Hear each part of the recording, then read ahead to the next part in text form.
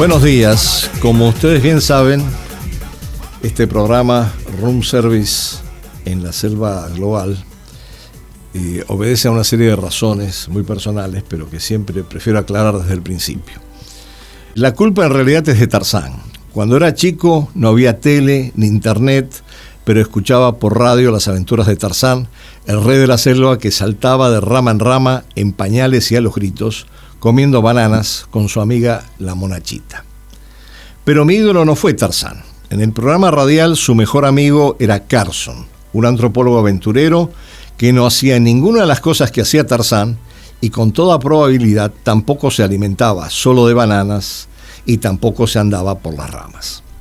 Carson como role model antecedió en algunas décadas a Indiana Jones, pero fue Carson quien me infundió la idea de estudiar antropología, y aunque sabía poco de su vida, siempre lo imaginé como un viajero pertinaz, glotón y algo libertino, perpetuamente presto a la aventura.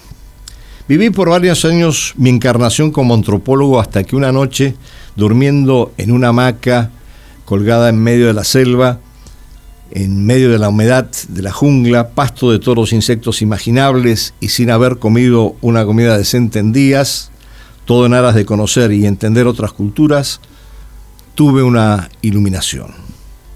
Tal vez algo de mi experiencia serviría para trasladarme con armas y bagajes a las relaciones internacionales, una disciplina también propicia para abordar otras culturas, conocer otros mundos y entender a otra gente cómodamente, sin ser pasto de insectos y alimañas variadas, y para poder alojarme en confortables hoteles, preferiblemente de 5 estrellas, y para poder disponer de room service que me permitiera comer a mis anchas en cualquier momento del día.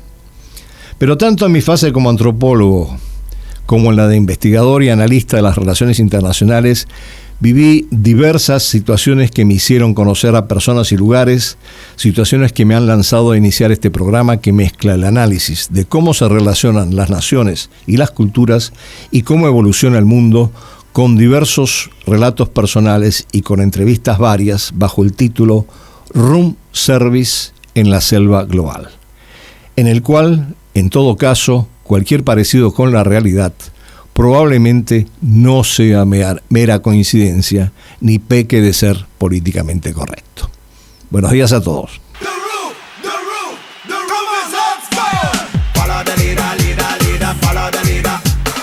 Buenas tardes, como siempre, hoy continuamos con una primera sección en este programa. Bienvenidos todos a Room Service en la Selva Global. La primera sección, como siempre, es la otra mirada. Y en realidad, más que concentrarme en las noticias en cuanto a las relaciones internacionales, quiero focalizar la atención sobre algunos hechos escandalosos que realmente impactan en la dinámica de las relaciones internacionales, de una forma o de otra, particularmente por su evolución. Quizás la primera noticia que es particularmente grave en términos de descomposición moral, y después vamos a ver también algunas efectivamente relacionadas con la corrupción, es la denuncia acerca de que durante el sitio de Sarajevo entre 1992 y 1996, durante la guerra en los Balcanes, hubo safaris humanos, es decir, hubo gente que contrataba un servicio para ir a las colinas de Sarajevo y poder dispararle a los habitantes de Sarajevo. Además, con una tarifa de precios distintiva, en donde además poder dispararle a los niños tenía un costo mayor. Esto lo acaba de denunciar un filósofo italiano, y hay todo un proceso para identificar a los culpables en Italia, porque predominantemente eran italianos los que se dedicaban a este tipo de cacería humana como la que se está denunciando, algo que me parece no solamente muy grave, sino además de una crueldad inenarrable.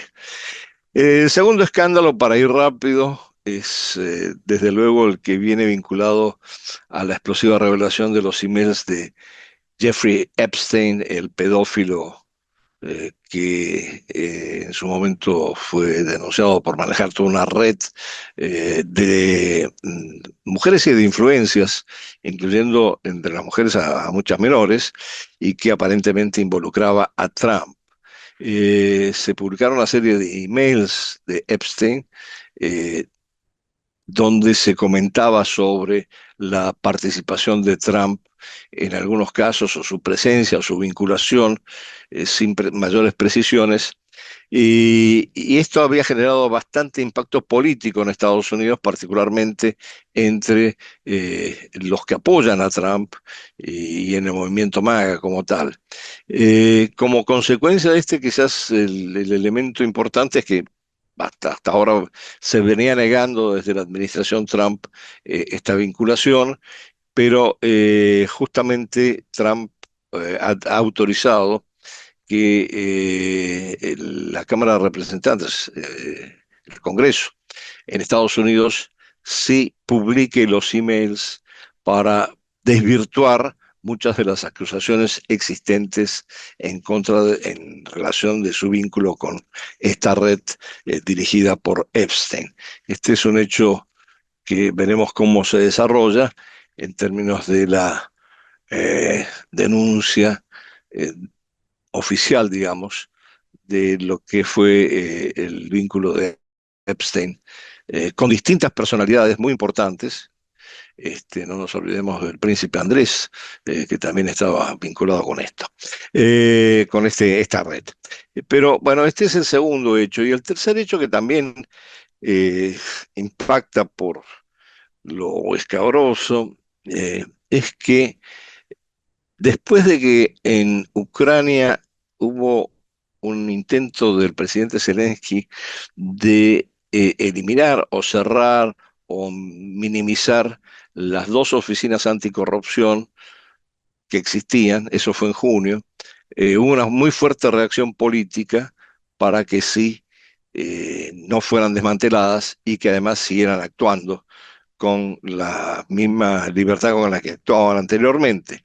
Y esto ha llevado al descubrimiento y a la puesta en evidencia de una red de corrupción muy cercana al presidente Zelensky, encabezada por un señor llamado Mindich, que fue socio de Zelensky cuando tenían un programa de televisión que se llamaba, eh, eh, ahora me voy a acordar, Cuartal 95. Eh, la trama de corrupción aquí era que básicamente habían logrado combinar con distintas personalidades oficiales para, eh, en el sector energético que debía ocuparse justamente de prevenir la destrucción o el desmantelamiento de la infraestructura energética en Ucrania, precisamente por los ataques rusos, que se estaban cobrando enormes comisiones del 10 al 15% en principio, pero parece que eran mucho más, al punto que se llegaron a ganar 100 millones de dólares solamente con la entrega de licencias para esta área. En el mismo momento en que se producía esta situación de corrupción, todos sabemos que morían cantidad de ucranianos en el frente en la confrontación con Rusia. Entonces, en este contexto hay dos o tres elementos importantes. A ver, primero, hasta qué punto, obviamente, Zelensky y Yarmak, su jefe de gabinete, niegan cualquier vinculación con esta red. El responsable principal, Mindich, huyó, parece que fue avisado con algunas horas de anticipación de que iba a haber, que justamente la Oficina Anticorrupción iba a actuar contra él, eh, y no se sabe dónde está, pero salió de Ucrania. Y aparece junto a esto un entramado con otra compañía en donde hay la participación de distintas personalidades, no solo ucranianas, sino también extranjeras, que es la compañía Firepoint, que empezó siendo una compañía dedicada al casting para los medios, justamente en donde estaba trabajando en su momento Zelensky como actor, y que terminó siendo uno de los principales, si no el principal, proveedor de armamentos para el Ministerio de Defensa. Aquí ahora empiezan las preguntas en torno a Firepoint, hasta dónde, cuáles son los alcances del involucramiento de distintos funcionarios. Es muy importante señalar, sí, que en este contexto, sí, al no ser desmanteladas las oficinas de anticorrupción, hay realmente una serie de procedimientos muy activos, pero hay un impacto también de este escándalo de corrupción sobre la relación con la Unión Europea, la aspiración de Ucrania de ingreso a la Unión Europea. Entre otras cosas porque, digamos, hay una cantidad de países, un grupo de países de la Unión Europea que ya empiezan a mostrar reticencias frente a esta vinculación y el apoyo de la Unión Europea a Ucrania, y hay otros que no. La señora Kallas, que es la que encargada de Asuntos Exteriores de la Unión Europea, ha manifestado que, bueno, a pesar de los escándalos de corrupción, es preferible seguir asistiendo a los ucranianos antes que tener una victoria rusa. Bueno, aquí desde luego las valoraciones morales son bastante matizadas y relativas en este tipo de situación. Y voy al último punto que quiero mencionar antes de entrar en la entrevista que tenemos hoy, que es, y se va a tratar en la entrevista, que es la reunión de COP30 que se ha dado en Belén en torno a la problemática medioambiental y que reunió a una gran cantidad de gente, muchos representantes, pocos representantes latinoamericanos, lamentablemente de alto nivel, pero sí muchos funcionarios, promovida desde luego por el presidente Lula, para activar toda una serie de mecanismos para prevenir el cambio climático, para avanzar en su superación. Eh, pero lo llamativo de esta COP30, que se prolonga todavía hasta el día 21, estamos en medio de la reunión como tal, lo llamativo que quería señalar es que en paralelo, y esto es parte de una política de los gobiernos de Lula, que arrancan desde el ALCA, en parte en paralelo se desarrolla una asamblea de los pueblos con predominancia de grupos indígenas que justamente debaten cómo los está afectando y qué se puede hacer frente al cambio climático. Y esto también ha ocasionado algunas tensiones y un par de manifestaciones con algo de violencia entre los que participan en la Asamblea de los Pueblos y los que participan en la COP30 oficial. Bueno, yo quería mencionarles esto porque me parece muy importante que no solamente veamos las relaciones internacionales en las perspectivas de las relaciones económicas, militares y de poder que se puedan dar, sino también en la perspectiva de cómo los procesos de desmoronamiento moral, si uno quiere llamarlo de esta manera, impactan las relaciones internacionales, porque aquí vamos a ver una serie de consecuencias. Ese es un punto que me faltaba mencionar con respecto a Ucrania. Es muy importante. Con la Oficina de Anticorrupción ha colaborado aparentemente el FBI de Estados Unidos, y hay una posición bastante dura por parte de Estados Unidos, no así como ya lo había señalado por parte de algunos países de la Unión Europea. Bueno, cierro con esto la sección de la otra mirada, porque creo que sí nos permite mirar algunas cosas en el sistema internacional desde otra perspectiva. Y paso directamente a la entrevista. Hoy tenemos una entrevistada de lujo que va a tocar muchos temas relacionados con la integración, con la CELAC y también con COP30, dado que además tiene su experiencia en todos estos temas. Es una investigadora de la Universidad Federal de Sao Paulo.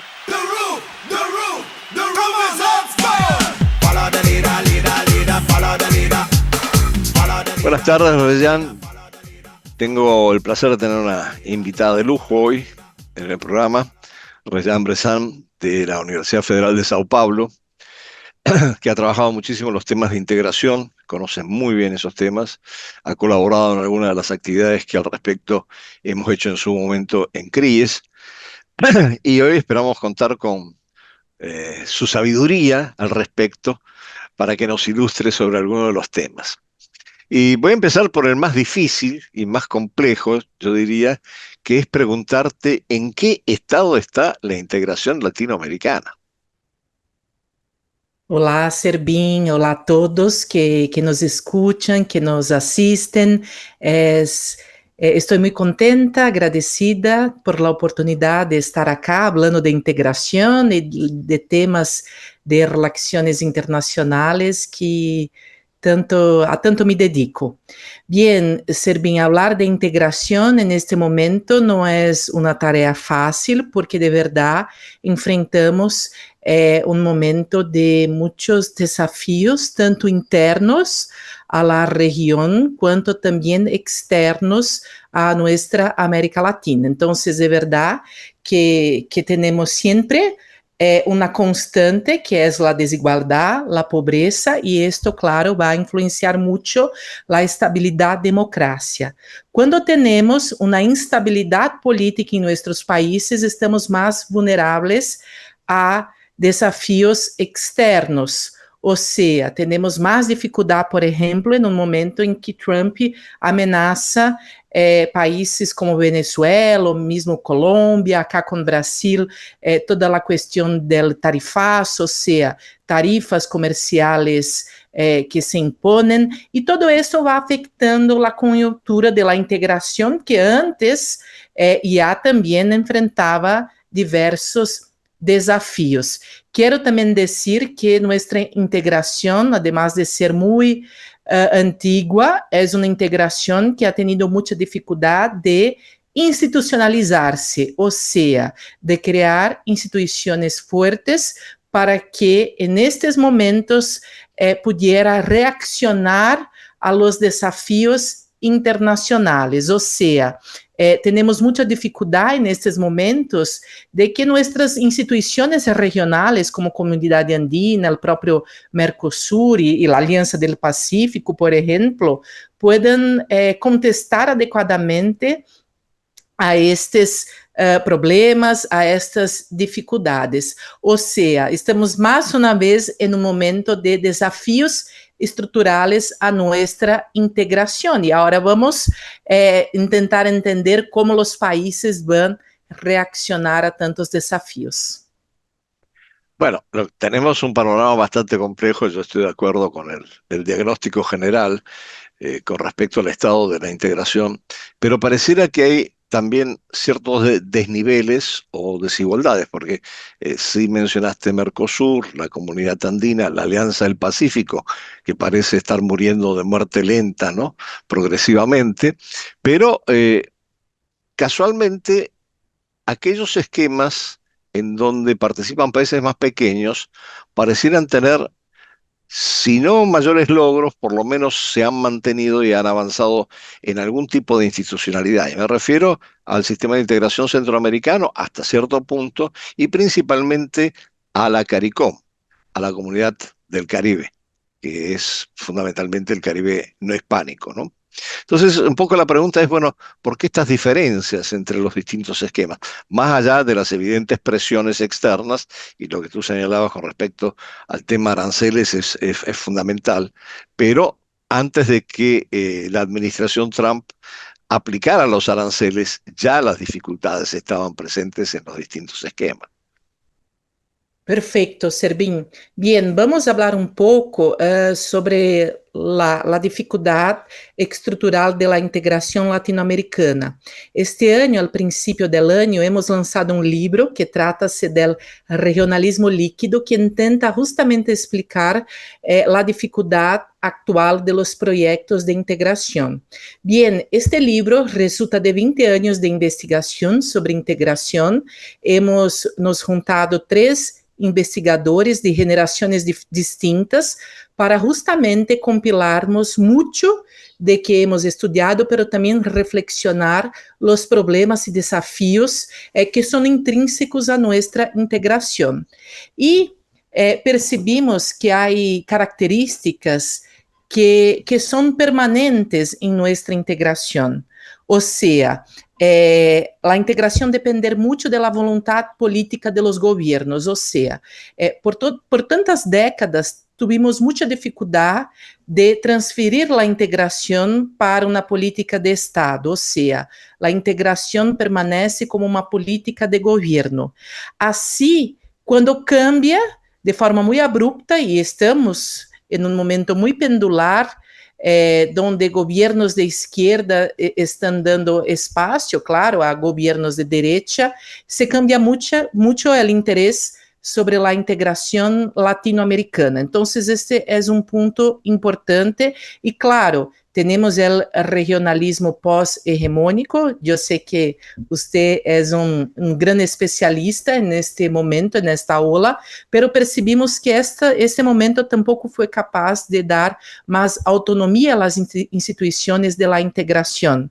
O sea, la integración continúa a depender de la voluntad de los gobiernos, poca institucionalidad, baja participación social de manera general, o sea, en el Mercosur tuvimos en los años 90 muchas ganas de poner empresarios, la sociedad civil organizada, y esto no ha pasado.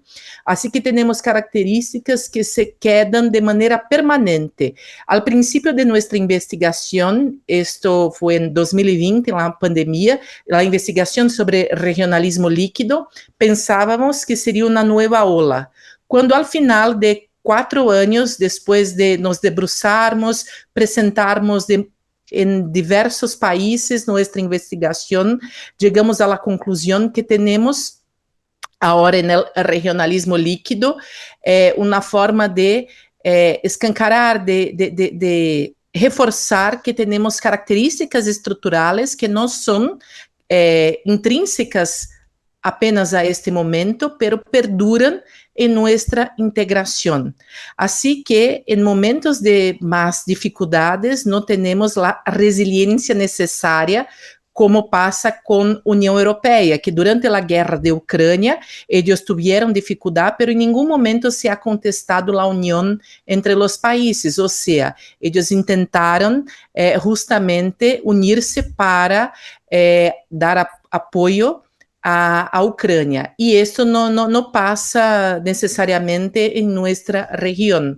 Ou seja, eu entendo que alguns bloques ou alguns projetos donde os países têm menos assimetria entre eles, e isto sobretudo no Caribe, é pouco mais fácil que as instituições reaccionem ou sejam mais homogêneas.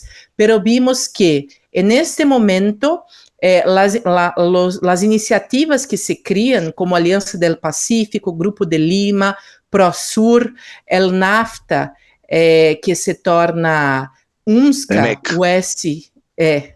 TEMEC ahora.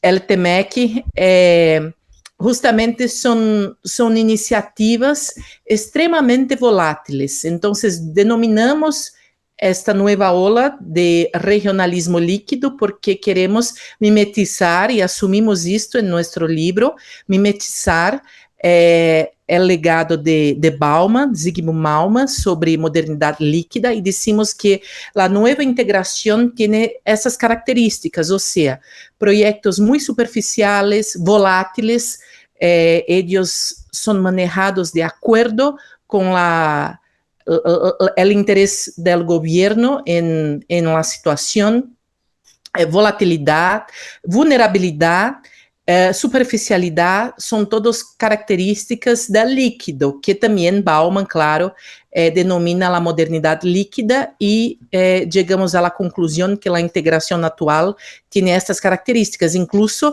a própria Unasur, que foi liderada por Brasil, Venezuela, parecia que ia criar uma zona de segurança entre a América do Sul, e vimos totalmente esvaziamento de la Unasur, ou seja, a Unasur tampouco foi capaz de sobreviver a governos mais conservadores, ao câmbio de governo.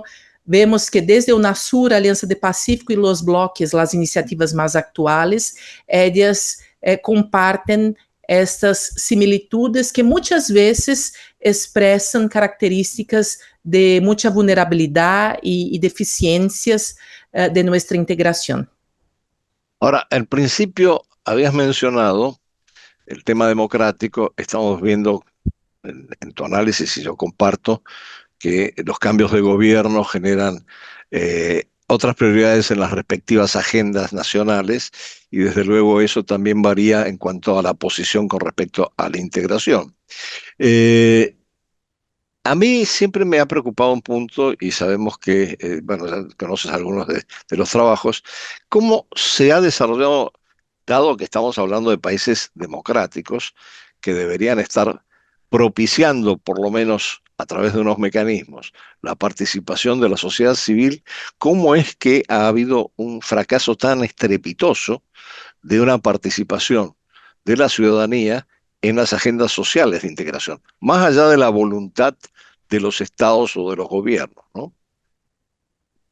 Volviendo a las teorías clásicas de integración, sabemos que los neofuncionalistas creen, por ejemplo, que la integración depende no apenas de la voluntad política de los gobiernos, pero de élites económicas que van a sostener este núcleo funcional que determina los caminos de la integración. Y estas élites también son responsables por permitir que la integración actúe en otros liderazgos de la sociedad civil. Y yo podría decir, Servín, que tenemos mucha dificultad, por ejemplo, de tener no apenas la participación por la dificultad democrática, que ya voy a hablar un poco más, pero también un estancamiento de la integración en camadas más superiores. O sea, quiero decir que, por ejemplo, la media, la imprensa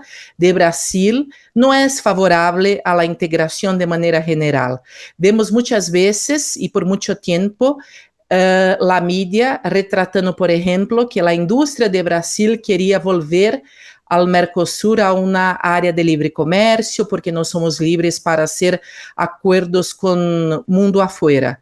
Así que tenemos una media que en general es contraria, y esto crea una imagen en la sociedad muy contraria a la integración, muy opositora a la integración. Pero también ha levantado un punto importante, que es la propia democracia, y me gusta mucho hablar de la democracia delegativa del argentino Guillermo O'Donnell, porque yo creo que él explica muy bien la dificultad que tenemos de representatividad en nuestros países. Al final, a la gente le interesa apenas ir a las urnas a cada 2 años, en Brasil sería a cada 2 años, y después a la gente no interesa más sobre política o mesmo saber lo que está haciendo su lideranza política en el gobierno. Hay un desinterés muy grande, una falta de politización, y la integración parece no, de verdad no salir del núcleo funcional de dentro del gobierno. O sea, no vemos a la gente esperando o criticando en general la integración. Hay un desconocimiento profundo, y no quiero referirme apenas a Brasil.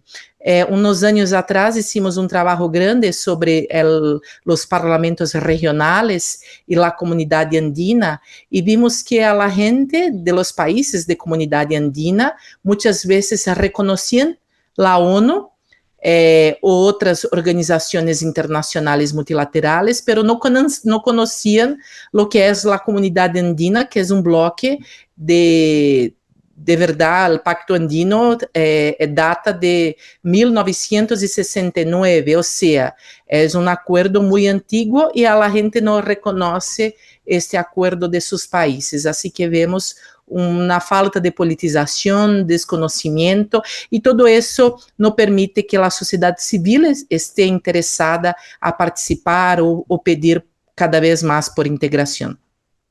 Bueno, daría la impresión de que vivimos, en el caso de la sociedad civil, en el marco de un parroquialismo muy marcado, porque en general hay un desinterés por las relaciones internacionales. Sí, de repente lo que puede pasar en Ucrania, que se refleja en los medios, pero no hay un intento de comprender cómo nosotros nos ubicamos en esta transición muy importante en el sistema internacional, ni lo que pasa en el sistema internacional. Pero dicho esto, ya pasando a un tema mucho más específico, tuvimos dos cumbres este año de la CELAC, de la Comunidad de Estados Latinoamericanos y del Caribe, una en China, con China, y la otra con la Unión Europea más recientemente, en Santa Marta. Y también la pregunta que queda en el aire, bueno, primero, cuando hablamos de la CELAC, estamos hablando de otro de los componentes nebulosos líquidos, si tú quieres, dentro del panorama de mecanismos de integración, o estamos hablando de otra cosa. Y segundo, ¿hasta qué punto es realmente un mecanismo que sirve para una interlocución de la región con actores externos que son relevantes en el sistema internacional? Por lo menos en en los dos casos que estamos mencionando, China y la Unión Europea. Bien, CELAC es una organización también creada al principio de este siglo y que de verdad tiene este logro de distanciarse de Estados Unidos y ser un poco más legítima a los intereses de los países latinoamericanos, pero también no es una organización que tiene gran profundidad, o sea, sirve como una herramienta de interlocución para reuniones, pero no vemos, por ejemplo, CELAC siendo activa en el problema de Venezuela, tanto cuando Maduro se declara el presidente eleito, quanto agora com Trump ameaçando a Venezuela e quitar Maduro del poder. Ou seja, vemos a dificuldade de reação de esta organização multilateral. Pero en este momento que vemos que não apenas el Mercosur, pero América Latina está intentando buscar nuevas parcerias, creo que CELAC sirve como una herramienta, una forma de los países expresarse y negociar tanto con China quanto con Unión Europea. Servín, quiero decir que tengo estudiado mucho en estos últimos años el acuerdo Mercosur-Unión Europea. Dicen acá en Brasil que en 20 de diciembre en Foz de Iguazú va a pasar el acuerdo. Si Lula está muy optimista que vamos a ratificar, será ahora ele ha cambiado de fecha e local justamente com uma expectativa grande que Milei se haga presente para esta ratificação, pero também sabemos que para os europeus agora a América Latina não é apenas mais uma ventana de oportunidade comercial e econômica, pero também novo interesse geoestratégico de la región. O sea, estuve yo en Alemania y Bélgica hace menos de un año haciendo en una misión académica y para ellos era muy, y yo estaba en un grupo de brasileños y para ellos perturbaba mucho cuando hablábamos de BRICS. Y como Brasil no va a romper com Rússia, com China, a despeito de guerra de Ucrânia. Ou seja, eles se quedaram muito surpreendidos quando dizíamos, mira, somos contra, Brasil é contra a guerra de Ucrânia, pero não está em contra a Rússia ao total, porque temos BRICS, porque queremos continuar em BRICS. E neste momento, eles assumiam que para a União Europeia era uma perda grande estar tão distante de América Latina, ou seja, eles perguntavam, em que momento nós deixamos de atuar, de influenciar na América Latina para que vocês agora estejam tão próximos à China e à Rússia? E isto passou, este tipo de afirmação, e BRICS foi uma pergunta que passou em quase todas as entrevistas dentro do Parlamento Europeu, dentro do Congresso Alemão. Fuimos falar com um liderazgo da Conferência de Múnich e em Berlim. E a todos eles estavam muito surpreendidos com BRICS e a proximidade do Brasil, de Rússia e China. Ou seja, eu vejo que o acordo agora e o interesse da União Europeia não é mais apenas um interesse comercial, econômico, sino de estratégia, porque eles veem que estamos cada vez mais cerca de China e China cada vez mais interessada e cerca, fazendo muitas inversões, comércio e também influência política em los países de América Latina. Ou seja, CELAC é uma ventana de oportunidade, porque ela pode ser um puente tanto para a União Europeia, mas também pretende ser com China, e sabemos que China não vai deixar de nos influenciar, ou por lo contrário, cada vez mais estamos em influência do liderazgo chinês, de China. Assim que vejo que agora a União Europeia se queda mais interessada e sei lá que pode ajudar a América Latina a luchar por sus intereses. Bueno, habría que aclarar que en principio la CELAC también se ha planteado eh, foros o cumbres de diálogo, no solamente con China y la Unión Europea, sino con Rusia e India, y eso está pendiente, no ha avanzado, que son miembros esenciales de los BRICS. Pero yo creo que lo que a mí me llama la atención, y viene la pregunta en función de eso, es que la asistencia latinoamericana a la cumbre CELAC-China fue multitudinaria y hubo un documento de consenso.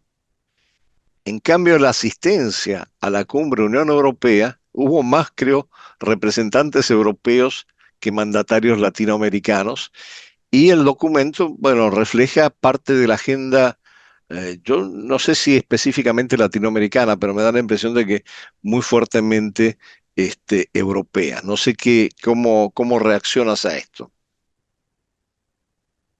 Serbin, para mim, foi muito interessante esta missão na Europa, porque pudimos, por exemplo, conversar com o embaixador brasileiro em Bruxelas, e ele nos ha dicho, quando estamos negociando com a Europa, não nos quedamos perguntando com quem eles também negociam. Ou seja, não cabe à União Europeia estar nos perguntando ou estar nos perseguindo sobre BRICS, sobre China e sobre Rússia. Eles devem concentrar-se em negociar com nós outros, e nós outros vamos a ver com quem queremos negociar. Então, eu vejo que a União Europeia está cada vez mais ciente que ha perdido esta capacidade de influência, e quando estávamos nesta missão, uma palavra que sempre surgia também, assim que como BRICS, era a questão da democracia e dos valores democráticos. Ou seja, está de maneira muito explícita que a União Europeia quer estar cerca de nós outros, estava muito bem representada em CELAC, porque quer não apenas fazer, claro, acordos de maneira explícita, mas também manter os valores europeus ocidentais em nossa região. Assim foi minha leitura destes intentos da política europeia para a América Latina, porque os acordos europeus agora são acordos 2.0, que não apenas tratam de comércio, de economia, sino também de valores europeus.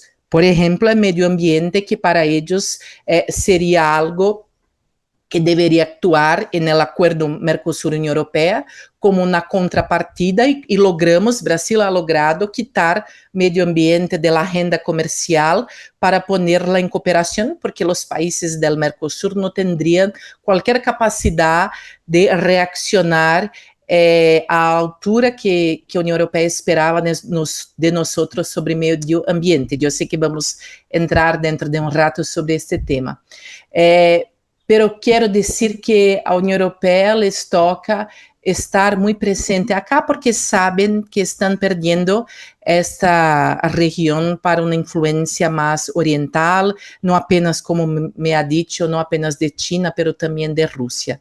Assim que, por las inversiones, por la presencia cada vez más importante de China, por la influencia no apenas económica, pero también cultural, política de China en nuestros países, por ejemplo, los intercambios académicos que China está promoviendo en Brasil son de verdad mucho más grandes que de los otros países, o sea, los investigadores tienen oportunidad de ir a China, recibimos invitaciones, mi colega profesora Karina, del libro del regionalismo líquido, ha estado 3 meses en China año pasado y volvió diciendo, bien, cuando quieran ir, tienen que avisar porque ellos nos reciben, pagan los billetes, o sea, es muy interesante ver las oportunidades que China está ofreciendo, no apenas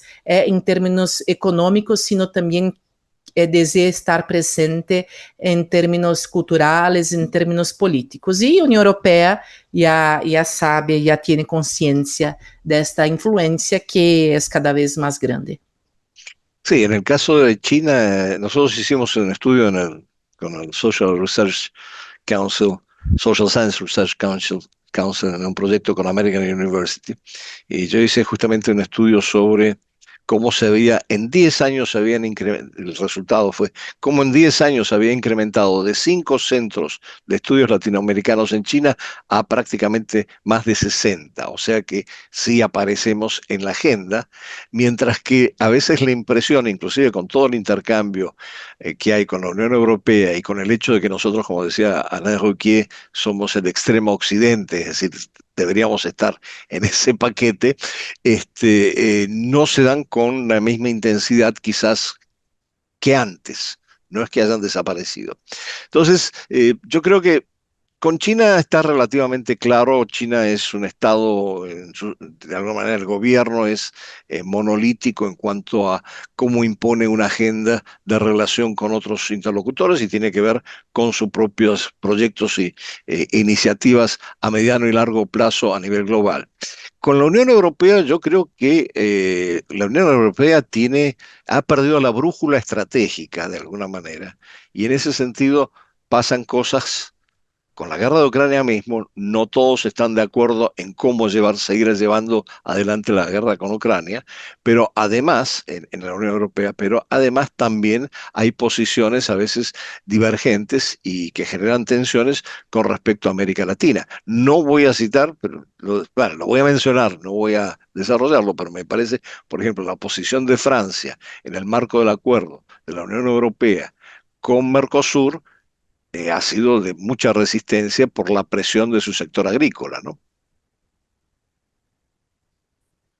Exatamente. Son muchas cosas.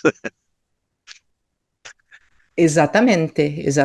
Francia está muy en contra ahora y percibimos toda uma influência de Alemanha e, claro, de países como Bélgica e outros que justamente fazem este tipo de argumento interno, como deveriam estar muito atentos a los caminos e a las decisiones de América Latina, porque se não sale el acuerdo, China estará cada vez mais presente porque não há vácuo em las relações internacionais, ou seja, eles estão atentos a este tipo de questão e me parece que há todo um esforço dentro de União Europeia para que o acordo seja ratificado também a despeito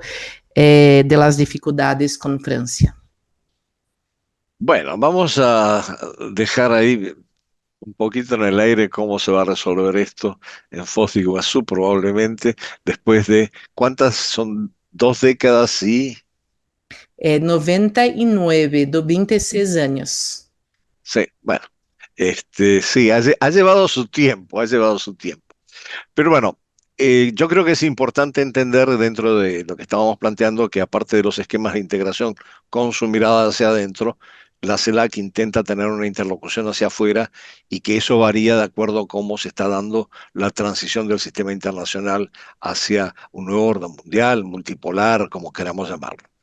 Pero mencionaba justamente, y ahora sí quiero volver a ese tema, el tema del cambio climático. Me gustaría escuchar un poco tus comentarios sobre la COP30 y qué significó en términos de alcanzar algunos objetivos, dado que también hubo presencias importantes, pero ausencias significativas, ¿no? Bien, quiero antes de pasar para medio ambiente decir, ¿no? Que uma grande dificuldade que veio, como está passando com o CELAC, como a COP30, é a interlocução interna da América Latina. Ou seja, CELAC muitas vezes está em função de ser uma ferramenta para conversas externas, pero os problemas internos estamos com muita dificuldade de reaccionar. E isso também passa com o tema de los cambios climáticos, del medio ambiente, porque temos a Amazônia compartida com muitos dos países, com vários países da América do Sul, Colômbia, Venezuela, Peru, Bolívia, e uma dificuldade, e Guianas, e uma dificuldade imensa, por exemplo, de reactivar a organização do Tratado de Cooperação Amazônico, que é sediado em Brasília. E com o governo Bolsonaro, hemos mitigado muitas das instituições domésticas sobre meio ambiente, e de verdade que a organização de cooperação amazônica se ha quedado também alejada, esvaziada, ou seja, temos muita dificuldade de nos organizarmos regionalmente para os temas de interdependência, assim como o tema de meio ambiente dentro da COP.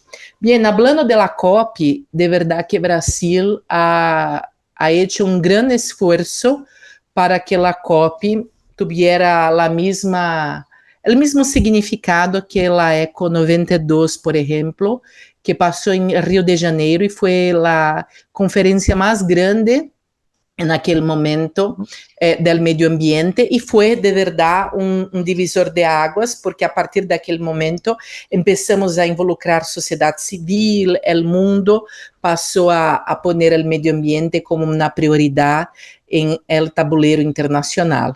Pero el contexto internacional era muy distinto. En aquel momento tuvimos, con el fin de la Guerra Fría, un momento de la proliferación de las organizaciones internacionales y la ECO 92 ha ganado mucha repercusión o fuerza a partir de este contexto. Ahora la COP30 enfrenta un otro momento que, a pesar de tenermos más conocimientos, más datos, más informaciones sobre el medio ambiente, parece que hay también más fake news y desmovilización de los actores que deberían actuar sobre la temática. A pesar de la COP30 ter passado bem, foi uma COP importante, um evento importante a Brasil, creio que salimos um pouco frustrados, angustiados, porque grandes representantes, como os Estados Unidos, não estiveram acá, e isso, claro, desmobiliza muito as políticas internacionais sobre a temática. Brasil ha ganado, en este momento, muitos aportes, e isto, claro, passou bem, aportes para o Fundo Amazônica, ou seja, promover a COP na floresta amazônica e falar tanto, poner a la gente de los pueblos originários para estar presente en la COP, obviamente que é um fator de impacto importante, ou seja, tuvimos celebridades acá, gente de la política, gente muito influente que ha conocido a Amazonía o ha estado en esta conferencia y esto ha dado más visibilidad o mismo aportes de donaciones a nuestra región. Pero yo pienso que en términos multilaterales dificilmente vamos a lograr caminar mucho más. Veo que em termos domésticos a Brasil foi uma conferência importante, a Amazônia e a Brasil, pero não vejo que a partir de agora lograremos dar grandes saltos. Isto é muito despacio, sobretudo por el momento tão desafiador que enfrentamos. Volviendo un poquito, esto que estás comentando, volviendo un poquito al tema de participación social, y mencionaste los pueblos originarios, pareciera que justamente una de las turbulencias que se produjeron en Belén fue porque había algunos pueblos originarios que reclamaban una mayor participación en el evento y eso generó algún tipo de tensión y de conflicto ante los organizadores del evento. No sé, ¿cómo lo ves tú? Porque nosotros tuvimos un programa anterior sobre cambio climático y pueblos indígenas y el tema de cómo está desarrollándose el activismo de los pueblos originarios es muy importante en lo que se refiere a la agenda en América Latina en especial, ¿no?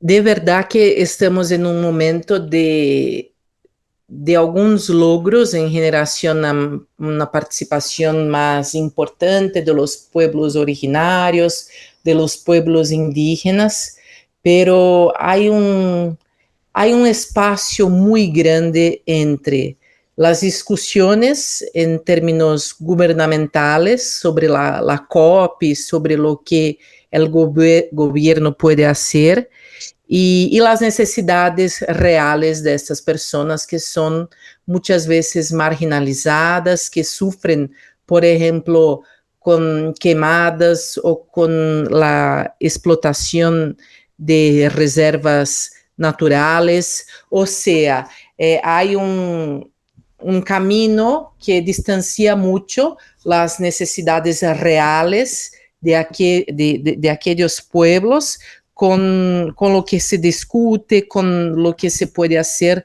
los gobiernos en términos internacionales. Entonces, para mí fue natural que tuviera este tipo de manifestación, o sea, fue esperado este tipo de manifestación, aunque yo veo que necesitamos hacer mucho más.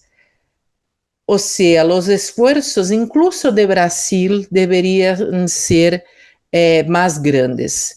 Y puedo, como brasileña, decir que no debemos apenas en la COP30 hablar sobre la importancia, tener una retórica bonita, si mi país tiene tanta dificultad de poner en práctica los puntos que defiende, ¿me entiende? O sea, muitas vezes adotamos políticas em âmbito nacional que tampouco privilegiam ou cuidam de los pueblos originários, por lo contrário. Então, era natural que essas pessoas estuvieran reclamando por seus direitos, que são direitos históricos, e les toca, claro, fazer este tipo de mobilização. Também penso que chegamos em um momento em que a sociedade, por redes sociais, por todos os novos canales de comunicação, podem e querem opinar mais, ou seja, eu vejo também que seria muito complicado se não permitirmos um espaço mais grande a la gente para estar hablando ou levando suas demandas ao âmbito de las discussões governamentais. Pues Jan, se nos está acabando el tiempo. Tengo unas cuantas preguntas más, pero no las vamos a poder desarrollar hoy. Así que te agradezco muchísimo esta participación y esta clarificación sobre diversos temas que a veces quedan opacados en la agenda pública en nuestros países en América Latina, pero que me parecen muy relevantes, porque inclusive volver a plantearse temas vinculados a la integración son relevantes, por más que haya tenido tantas dificultades en el proceso de integración en América Latina, y el regionalismo líquido parece ser una muestra de eso. Muchísimas gracias, gracias por aceptar la invitación y espero que en algún momento podamos retomar en función de las preguntas que todavía quedan pendientes, pero con este panorama creo que hemos completado bastante bien muchos de los puntos previstos. Gracias nuevamente y espero verte de nuevo en este programa en algún momento. Andrés, muchas gracias por la oportunidad. Estoy a su disposición para volvermos a conversar de temas que tanto nos interesa. Un gran abrazo a usted. Igualmente, igualmente, y hasta la próxima. Até a próxima, Serbin. Muito obrigada. El relato de hoy es un relato que no necesariamente está vinculado directa o indirectamente con los temas que hemos tratado, y es un relato que he dedicado con mucho amor a mi recordada esposa Mirella, quien nunca dejó de sorprenderme y que justamente cuenta una situación muy particular en la que ella participó. Y se titula Una pregunta inocente. Siempre fue insumisa y aguerrida, aunque podía ser por momentos tímida, de repente se revelaba y mostraba sus garras. Quizás esas eran algunas de las razones por qué me gustó y la amé desde el primer día que la vi. Y por qué ella no soportaba la hipocresía, la solemnidad y la soberbia, particularmente si, como sucede a veces, venían juntas. Cuando en la década del 90 pasamos un año en Cambridge, Massachusetts, le tocó vivir las tres combinadas. Mientras que yo pasaba mi año sabático en Harvard, ella aprovechó para tomar un curso de extensión de la universidad para mejorar su inglés.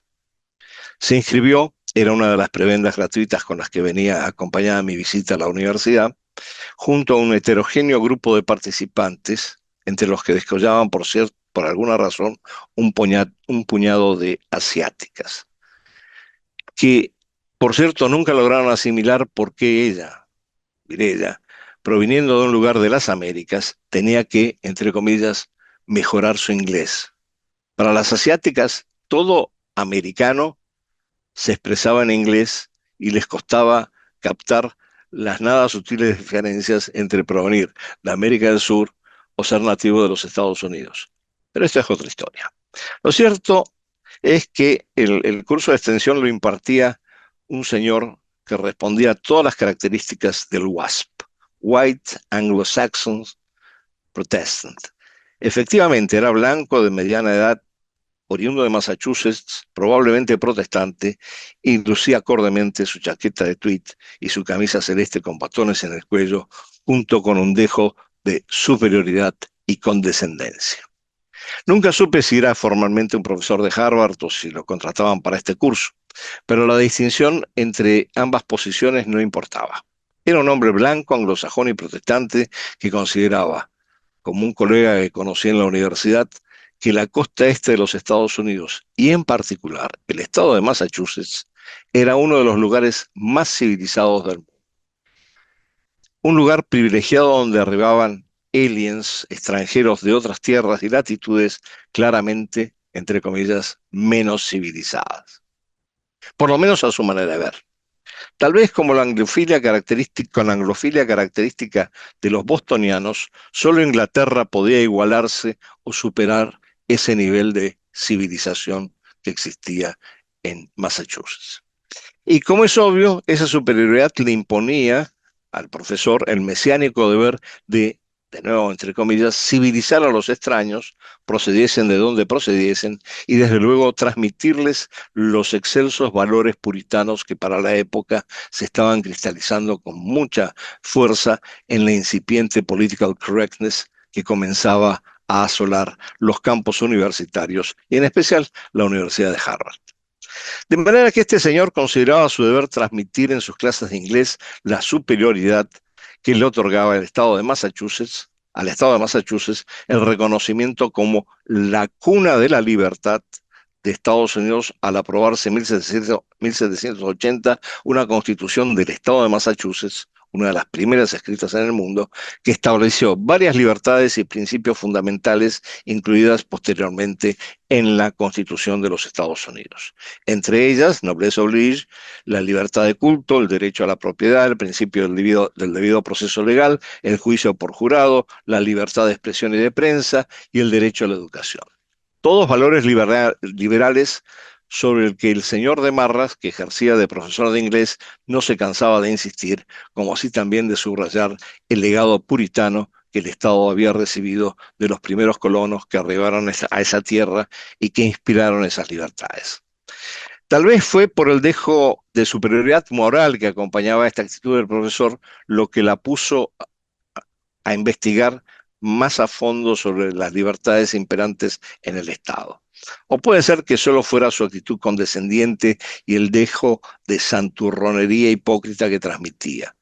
O una serie de situaciones que nos tocó vivir durante nuestra estadía y que despertaron su curiosidad. Pero Mirella no se dejó amilanar y hurgó en archivos y viejos periódicos. Y en una de sus clases, mientras el profesor, por alguna razón pedagógica que no necesariamente tenía que ver con la enseñanza del inglés, pero oraba sobre, entre comillas, la cuna de la libertad y sobre el estado de Massachusetts, ella no pudo resistirse y levantó la mano. El profesor, sin prever lo que se le venía encima, le dio la palabra. Y ella, con el mayor desparpajo, le hizo la pregunta que tenía preparado. ¿Cómo era que, siendo Massachusetts la cuna de la libertad, seguía vigente una ley aprobada en 1780 por la cual se penalizaba el sexo oral así fuera entre cónyuges? Y agregó, ¿y cómo era que bastaba una denuncia para imponer esa pena, insinuando que el puritanismo venía asociado a la buchonería, porque era obvio que para hacerla alguien debía haber espiado a la pareja en cuestión, fuera hetero u homosexual, en pleno acto? El profesor se ruborizó, se atragantó, titubeó y finalmente le preguntó de dónde había sacado ese dato. Ella citó, con el mismo desparpajo, la fuente y el profesor se quedó mudo. Todavía no proliferaba el mundo de las fake news y el dato provenía de una fuente irreprochable. Como buena periodista de investigación que era, ella se había asegurado de que así fuera antes de hacer la pregunta. El, entre comillas, pedagogo no tuvo más remedio que asentir y reconocer que era cierto, para agregar que nunca se olvidaría de ella y de su pregunta, lo cual probablemente también haya sido cierto. De hecho, la ley en cuestión fue derogada en el estado de Massachusetts recién en el año 2002. Muchas gracias por haber escuchado este programa, este episodio del programa. Muchas gracias por los comentarios que me están llegando y las reacciones y las preguntas. Y les deseo una muy buena semana con la expectativa de que nos veamos nuevamente el próximo lunes. Muchísimas gracias.